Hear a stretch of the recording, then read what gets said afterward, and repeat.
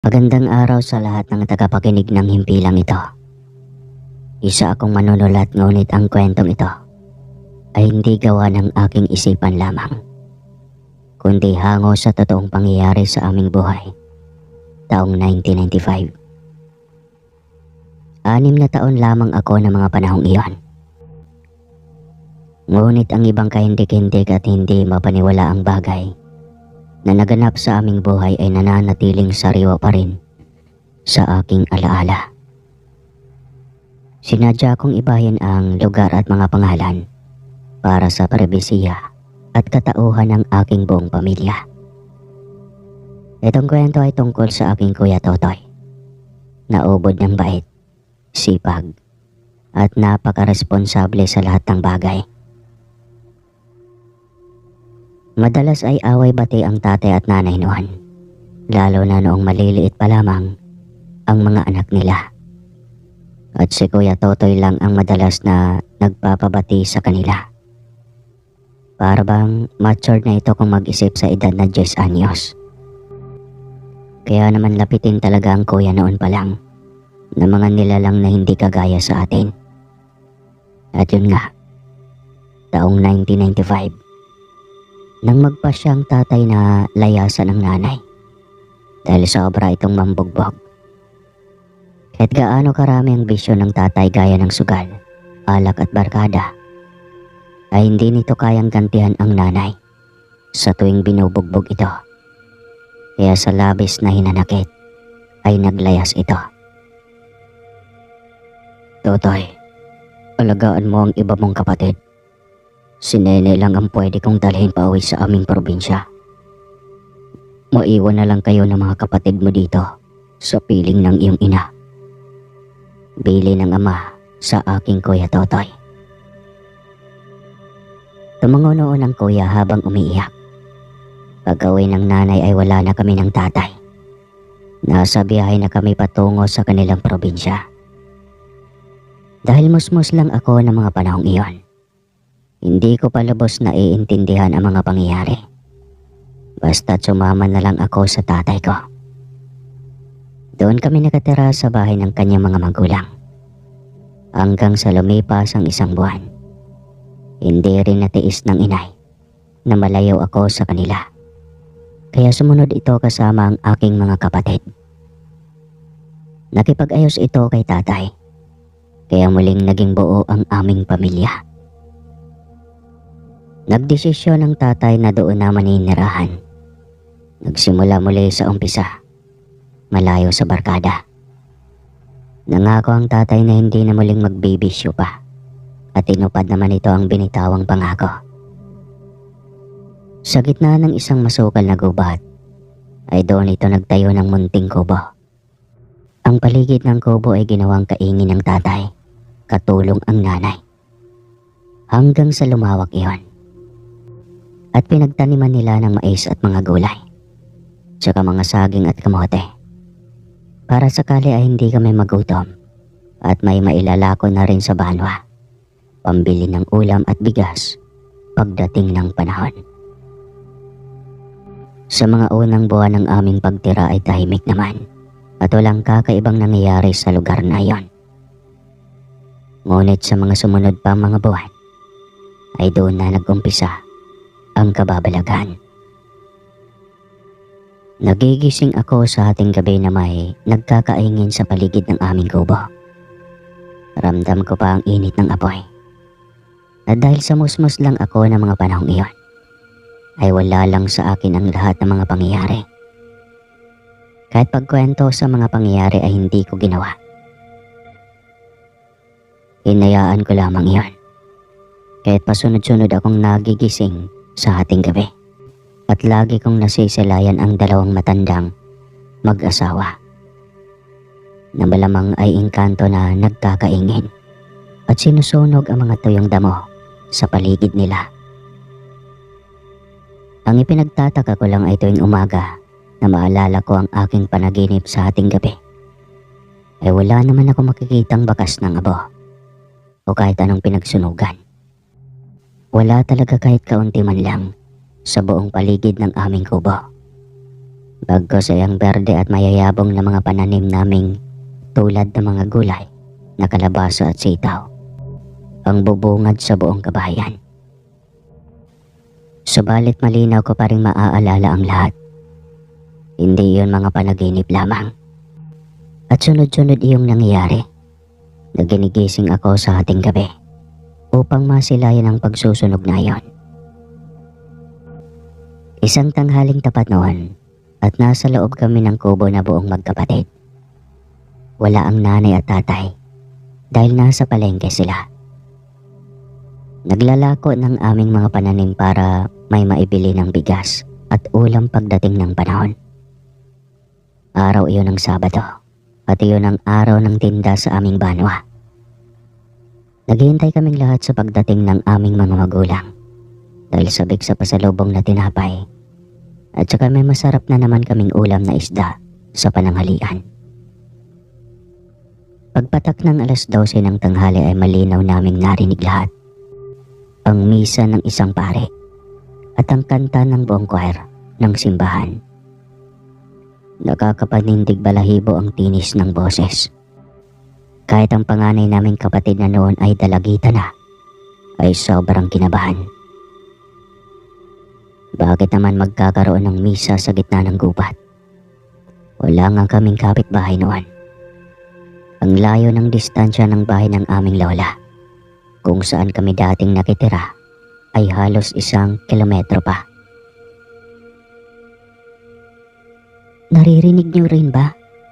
Tanong pa naman ng ate, para kumpirmahin kung talaga nga bang totoo ang kanyang mga naririnig.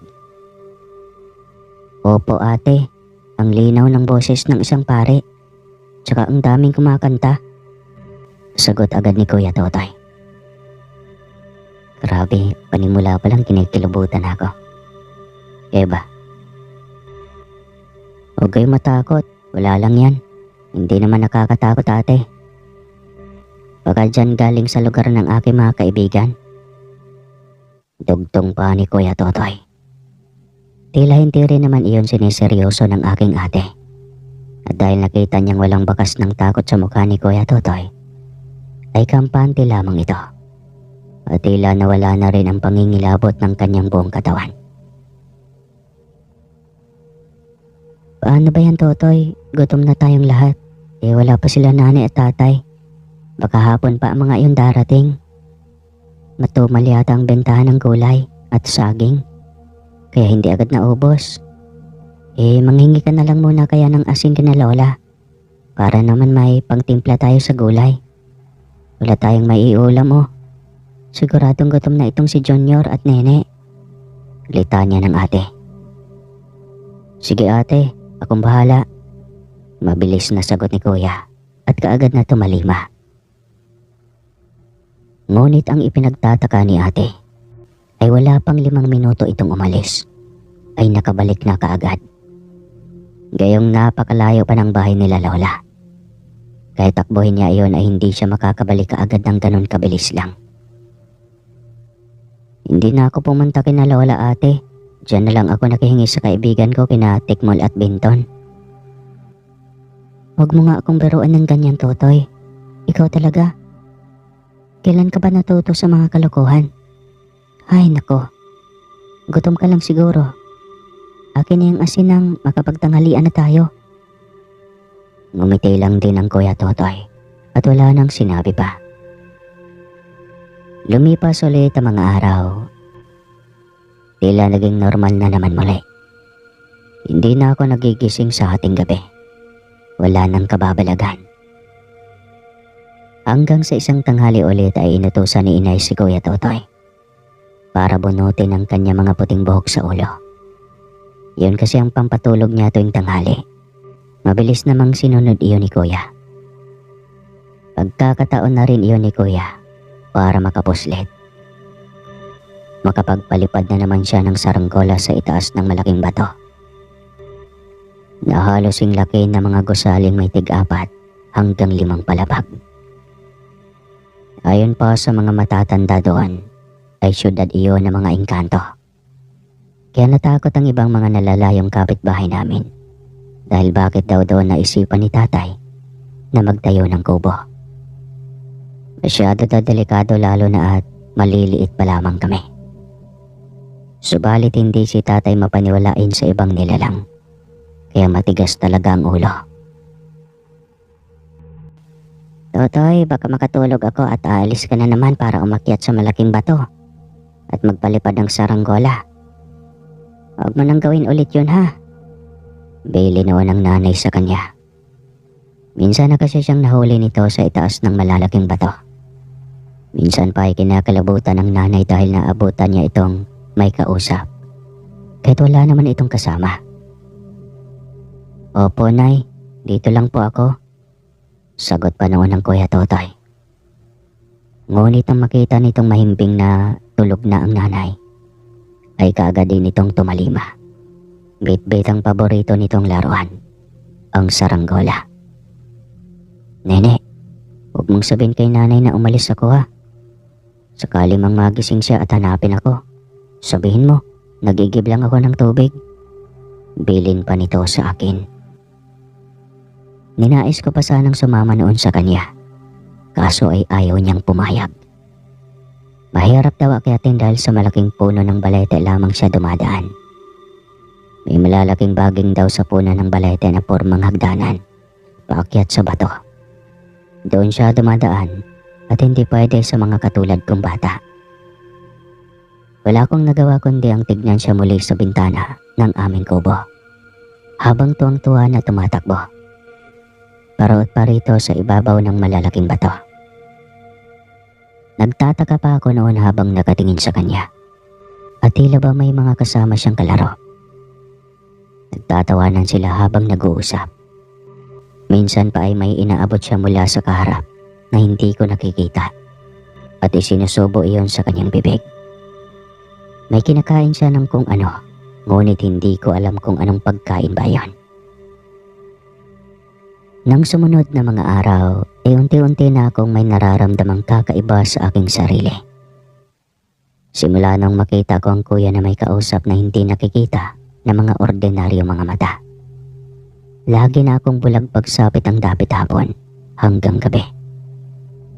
Tanging mga tao na lang ang makikita ko sa aking harapan at ang lampara.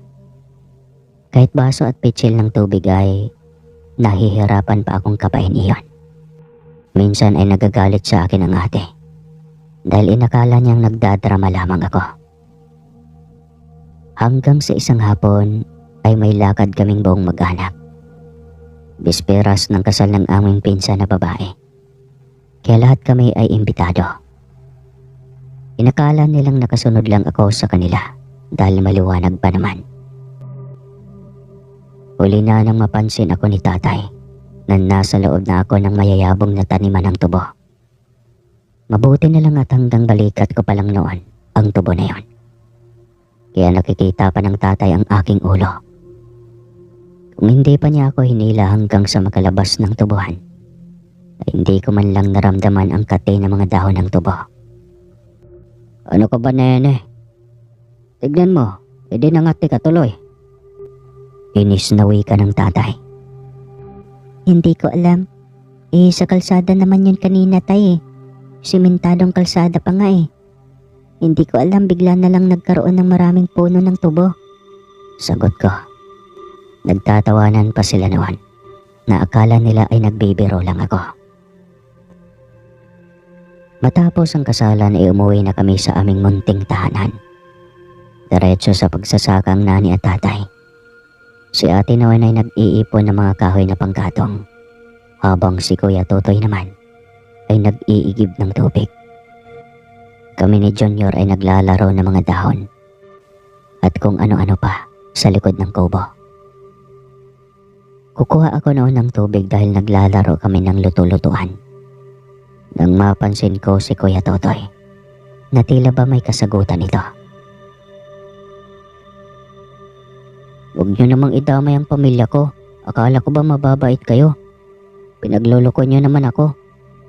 Dinig ko noong sigaw ng aking kuya.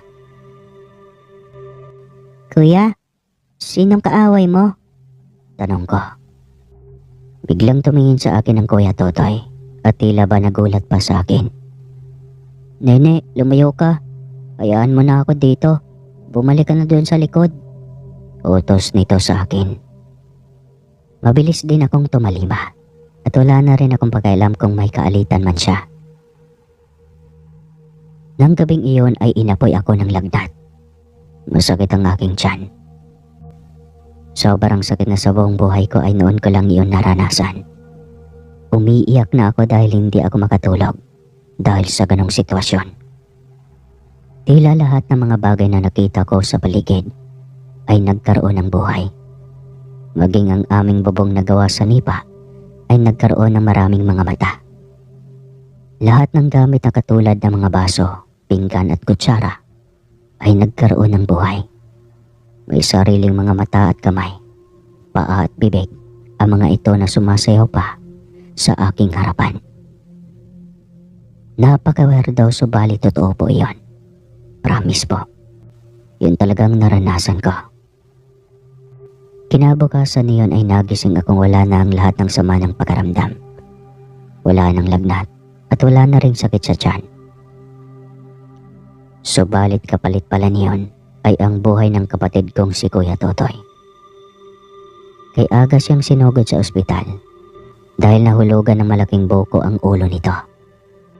Habang nag-aagaw buhay ang katawan nito sa ospital, ay may isa pang Kuya Totoy ang naiwan sa aming kubo. Ang aming pinsan na siyang maagang nakaisyoso sa aming kubo ay nakausap nito ang kuya. Walang tao noon sa kubo dahil kaming magkapatid ay kinuha nila lolo at lola at dinala sa kanilang bahay. At nang datna noon ng aming pinsan si Diday ang kubo ay naroon daw ang aking Kuya Totoy. Pinagloloko lang kami ng mga taong nakabilita eh. Sabi kasi nasa ospital ka at kritikal. Nandito ka lang naman pala. Kampanting wika ni Ate Diday. Akala nilang lahat ako ay nahulugan ng buko, Ate Diday. Hindi nila alam na hindi ako iyon. Pinalitan nila ang aking katawan dahil nais nila akong makasama sa kanilang kaharian. Wala akong magawa, ate. Ayaw kong iwanan ng pamilya ko kaso ay tinakot nila ako. Uubusin silang lahat kapag hindi ako sasama. Hoy, kinilabutan ako sa iyo, Totoy. Totoo ba yung sinasabi mo? Oo, Ate Diday. Yung dinala ni tatay sa ospital, hindi ako yon. Dahil ang totoong ako ay habang buhay nang maninirahan dyan. Sabay turo nito sa malalaking bato na laging tinatambayan nito at paliparan ng saranggula tuwing tanghali. Pagsabi sa kanila, ate, mahal na mahal ko silang lahat, pati mga kapatid ko. Pati sila nanay. Hindi na ako pwedeng magpakita pa sa kanila kahit kailan. Wika nito bago tuluyang nawala sa paningin ni Ate Diday.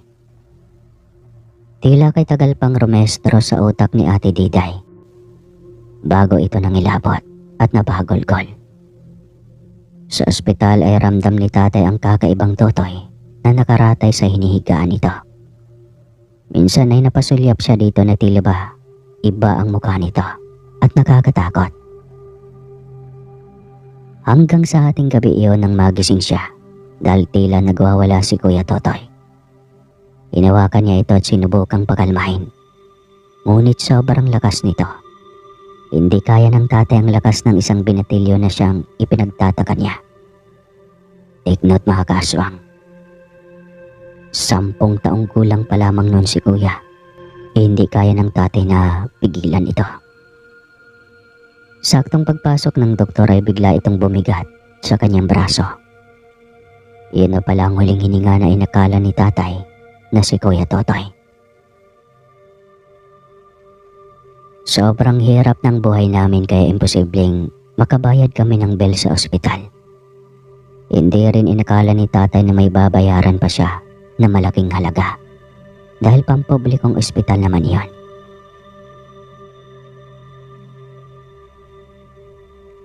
Hindi nyo nga nabuhay ang anak ko.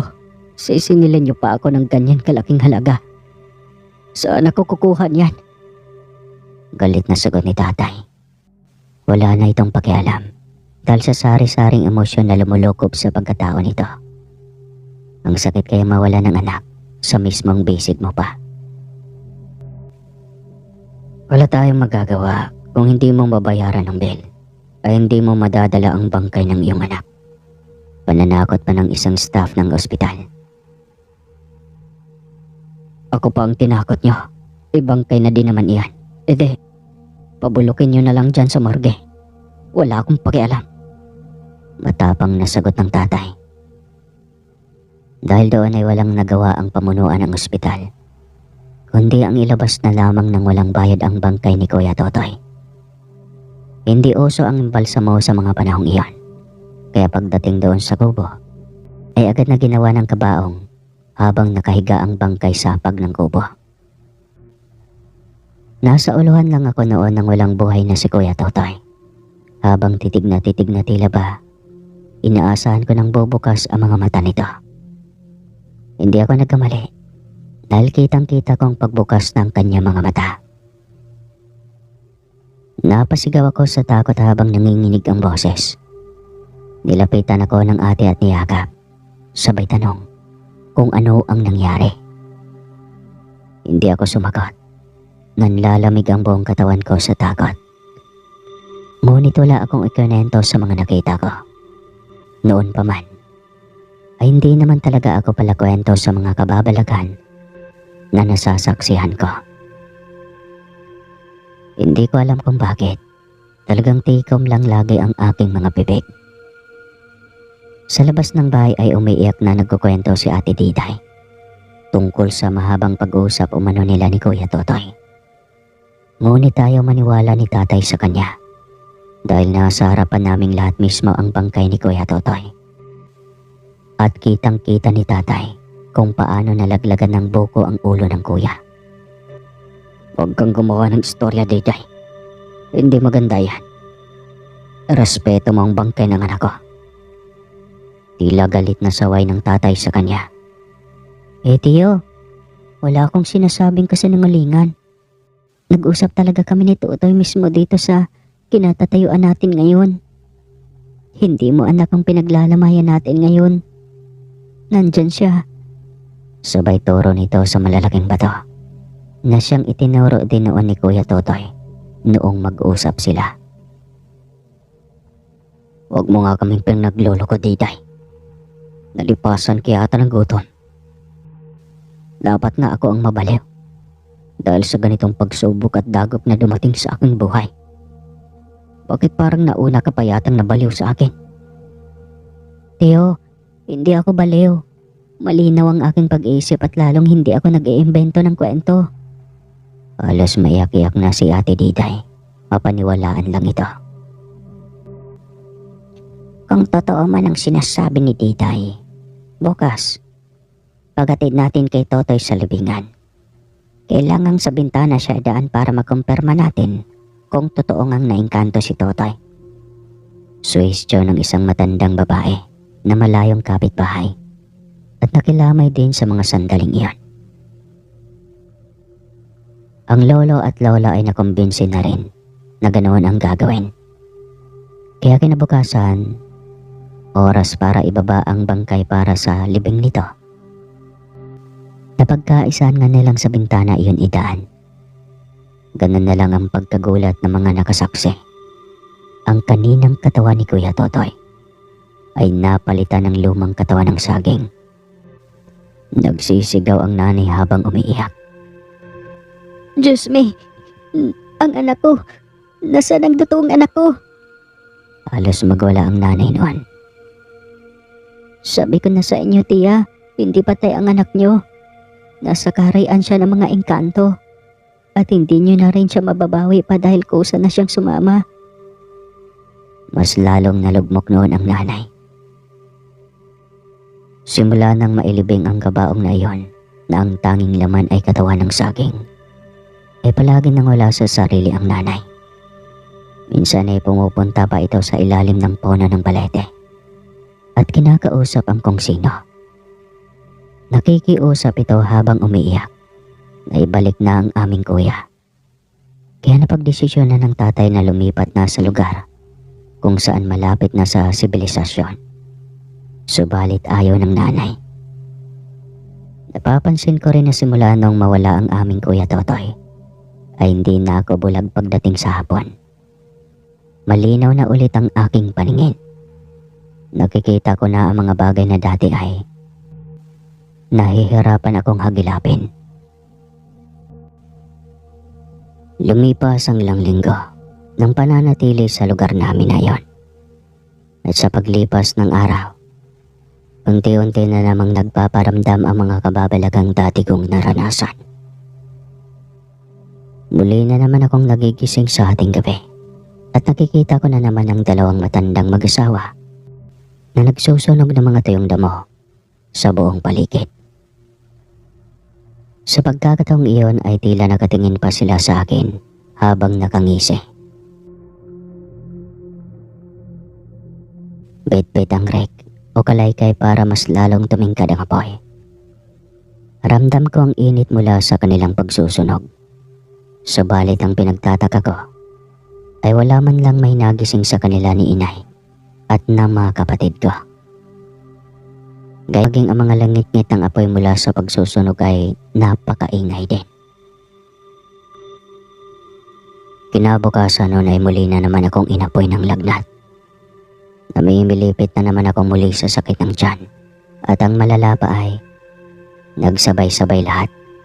Kahit sa umaga ay bulag na rin ako. Tanging mga tao na lang ang makikita ko. Sila nanay at tatay at mga kapatid ko. Subalit mga gamit sa bahay ay wala na akong makikita pa. Sobrang linis ng buong loob. Walang kahit isang gamit, kahit kaldero. Nung inabutan ako ng nanay ng pagkain ay wala akong makita. Tanging kamay lamang niya ang aking makikita na nilalapit sa akin. Kaya kinakailangan pa nila akong subuan para makakain. Hindi lang ako ang tinamaan ng ganong sakit, kundi maging ang kapatid kong si Junior. Minsan pa nga ay nagsisigaw ito sa takot dahil marami daw mumu sa aming paligid. Kapag hindi ka pa makikinig sa akin, magdurusa pa ng husto ang mga anak natin dito. Kailangan na nating lumipat ng matitirhan, Inday. Pamimilit ng tatay. At ano? Basta na lang iwanan si Totoy dito. Paano kung bigla siyang umuwi tapos wala tayo rito? Narinig mo naman ang sabi ng albularyo, di ba? Hindi na siya maibabalik pa sa atin. Dahil posibleng nakakain na siya ng pagkain ng mga engkanto. Kasalanan mo ito, Dado. Kung hindi ka man lang ubod ng sugarol at mabarkada, hindi sana aabot sa ganito. Hindi ko hiningi na sumunod kayo rito. E paano? Bit-bit mo si Nene. Sana iniwanan mo na lang. Wala na sana akong habulin pa sa'yo. Kunwari ka pa, Inday. Talagang hindi mo lang kayang mabuhay na wala ako. Buisit ka, Dado. Sana pala tinuluyan na kitang patay noon. Singhal pa ng nanay. Humaba ng humaba ang kanilang bangayan. Hanggang sa bigla silang natahimik nang sawayan sila ng ate. Tumahimik muna kayo. Narinig niyo ba iyon? Tanong pa ng ate. Bigla silang napatigil sa bangayan. At biglang nakinig sa kung anong ingay mula sa taas. Galing iyon sa malalaking bato. Tila ba may kasiyahan doon. May tugtugan at kainan dahil sa ingay ng mga kubyertos. Tila may masayang pagtitipon doon. Nagdatinginan ng nanay at tatay. Totoo nga yatang may kakaibang nilalang na naninirahan sa ating mundo. Wika pa ng tatay. Ano kayang selebrasyon mayroon ng mga yan? Tanong naman ng nanay. Baka may kasalan o piyesta sa kanila. Sagot ni tatay. Biglang nawala sa kanila ang bangayan kung saan sana napunta ang usapan hanggang sa magpasya ang nanay na maglatag na ng banig upang matulog na. 6:00 pa lang yata ng gabi ng mga sandaling iyon dahil kadidilim lang ng paligid. Gano'n naman talaga noon, maagang natutulog para tipid sa kerosene ang lamparang gamit. Nang gabing iyon, tandang-tanda ko pa ang aking panaginip. Napakahabang panaginip iyon na napakalinaw At parang totoo talaga. Ayon sa aking panaginip, isang napakalaking mansyon ang aking napasukan at bumungad sa loob ang dalawang mag-asawang matanda na hindi ako magkakamali. Sila rin ang matandang mag-asawa na nakikita ko tuwing hating gabi sa aking paggising na nagsusunog ng tuyong damo sa paligid ng aming kubo. Nasa gitna ng mga ito ang nakaupo sa napakagarbo at napakagarang upuan na tila upuan ng isang hari o prinsipe. Walang iba, kundi ang aking Kuya Totoy. Nakangiti ito habang nakatingin sa akin. Huwag kang magtagal dito ha. Hindi pwede. Tsaka bakit ka ba nakapasok dito? Hindi ka pwede rito. Wika pa nito sa akin. Kuya, na-miss ka na namin. Hindi mo ba ako na-miss? Sabi nila, patay ka na daw. Hindi naman pala. Nene, sabihin mo sa kanila ni tatay at nanay, umalis na kayo sa lugar na ito. Mapapahama ka at si Junior kung magtatagal pa kayo dito. Bili nito sa akin. Ngunit wala naman ako maintindihan masyado dahil sa aking kamusmusan. Kaya ang tanging naging reaksyon ko ay umiyak. Kuya, umuwi ka na sa atin. Wala na akong mabait na kuya doon. Pakiusap ka dito. Gusto mo rin bang sumama sa Kuya Totoy mo?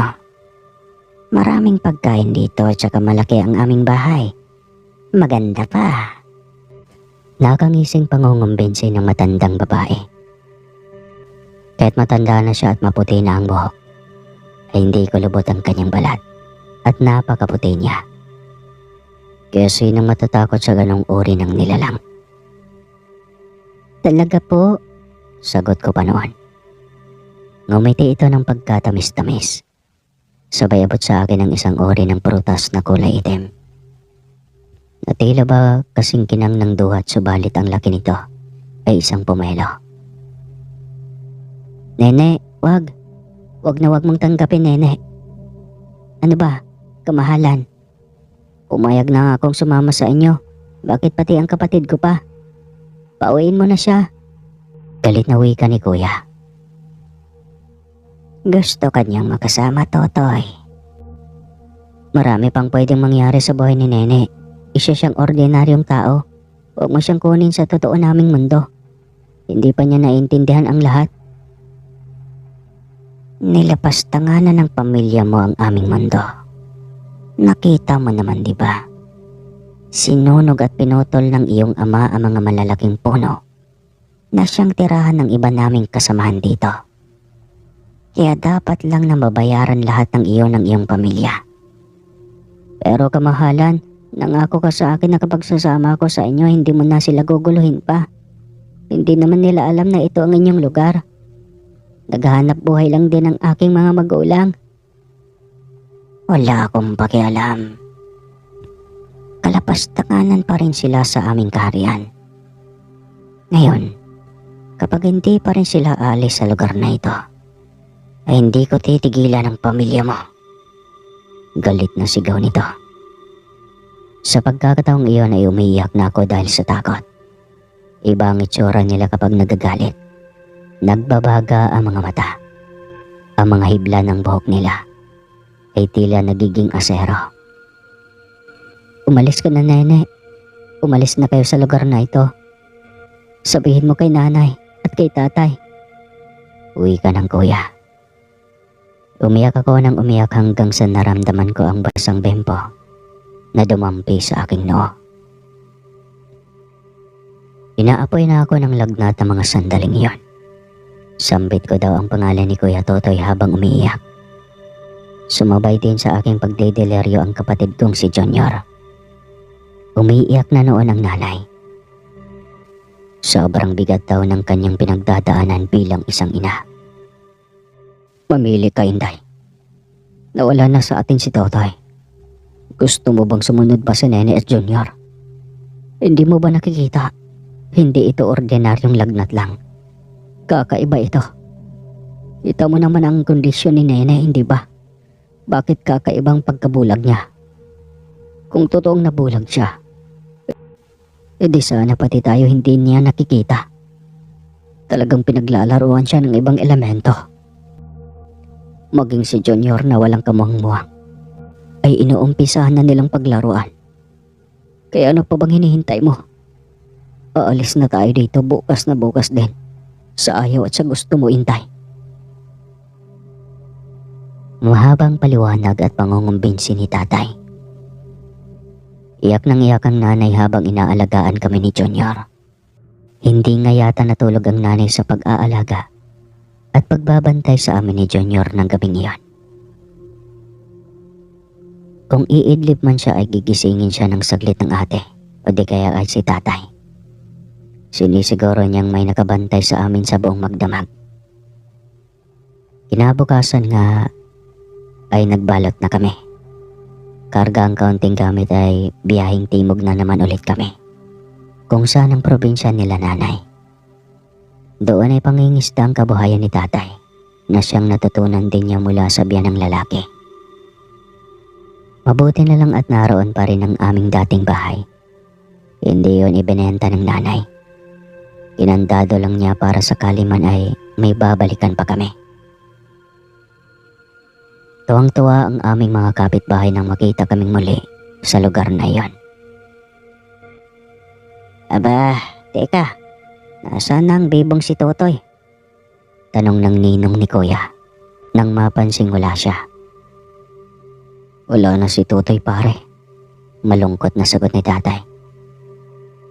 Ano? Wala? Huwag kang magbero ng ganyang paring Dado. Wala na si Totoy paring Ted. Kinuha ng mga engkanto. Buong loob na sagot ng tatay na tila pinigilang huwag maging emosyonal. Kunento pa nito ang lahat ng nangyari sa amin.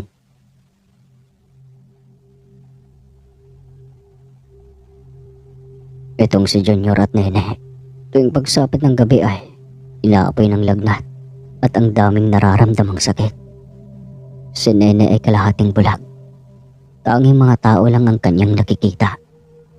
Kwento pa ng tatay. Habang nakahiga ako noon ay napatingin ako sa paligid. Nakikita ko na ang mga bagay-bagay. Kaya napasabat ako sa usapan nila tatay. Tatay, nakikita ko na po ang supot na nasa gilid ninyo. Nakikita ko na rin po ang kaldero sa may abuhan. Nakakakita na akong muli tatay. Malinaw na. Masayang kwento ko sabay ikot ng aking paningin. Napaluha ang nanay. Sana hindi na rin babalik ang lagnat mo mamayang gabi, Nene. Pati kay Junior. Uwi ka ng nanay. Nako, halatang napaglaruan kayo ng mga elemento doon. Kawawa naman si Totoy. Kay bait na bata yun. Kaya kahit hanggang kamatayan ko ay hindi ko matanggap ang pagkawala ng aking anak. Kung pwede ko lang bawiin si Totoy sa kamay ng mga engkantong iyon. Malabo na yan, Mare. Madalas kapag nakuha na nila ang isang tao, ibig sabihin ay madalas nang nakakakain ng kanilang pagkain si Totoy. Wala na siyang kawala pa sa mga iyon.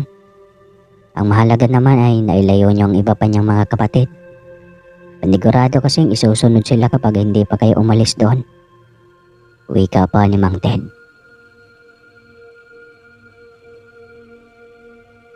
Yun din ang nasa isip ko pare. Kaya pinilit ko talagang si Kumaring Inday mo na makaalis kami sa lugar na yon. Bago pa tuluyang lumala ang sitwasyon. Sagot ng ama. Nang gabing iyon nga ay hindi na ako binalikan ng lagnat. Wala na rin ang pananakit ng aking tiyan na sobrang sakit na tila pa pinipiga ang aking mga bituka. Hindi na rin ako nagigising pa sa gabi dahil sa init ng buong paligid dahil sa pagsusunog ng dalawang matandang mag-asawa na aking nakikita palagi. Lumipas pa ang mga araw at buwan. Naging normal muli ang aming buhay. Wala na kaming dinaramdam pa sa aming katawan.